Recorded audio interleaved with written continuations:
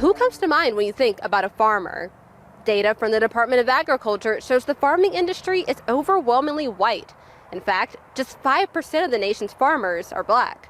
But one Lansing man is trying to challenge that stereotype and make farming inclusive for everyone.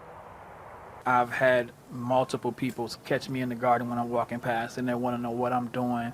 And once I tell them, they want to know what I'm growing. That falls back to people not thinking that they can grow in an urban setting. Alan Whitley says his green thumb goes way back. My father and my grandfather were farmers, not necessarily as a job, but just as a necessity to feed the family. So as a child, it was one of the chores that we had to do. So I kind of fought that as I got older.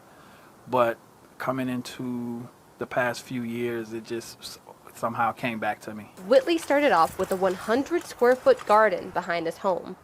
When the garden began to sprout, he wanted to share his passion. So he started Root of the Vine Urban Garden, an effort to educate communities across Lansing about the power of gardening.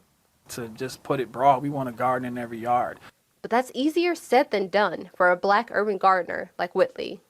To me, it's a difference between the urban gardening and the actual rural country gardening as far as dealing with the race. Because as far as how the systems are set up, as far as African Americans, we don't have all of the access. 95% of the country's nearly 3.4 million farmers are white, according to a 2017 U.S. Department of Agriculture census.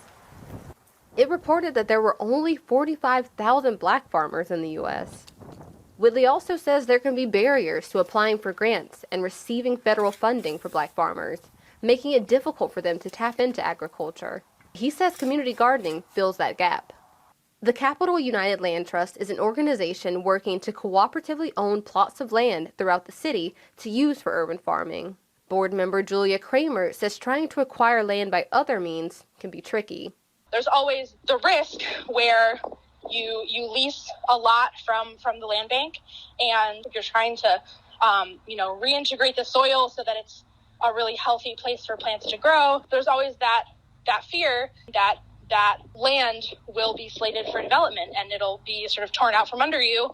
That's why Whitley wants people to feel empowered to garden in their own backyards. Organic, fresh grown food from the garden tastes so much better than the food from the grocery store. So to put that out there and just let everybody in the community realize that you can be a part of this and you can do this and it doesn't take a lot. Reporting in your Lansing neighborhood, Keisha Young, Fox 47 News.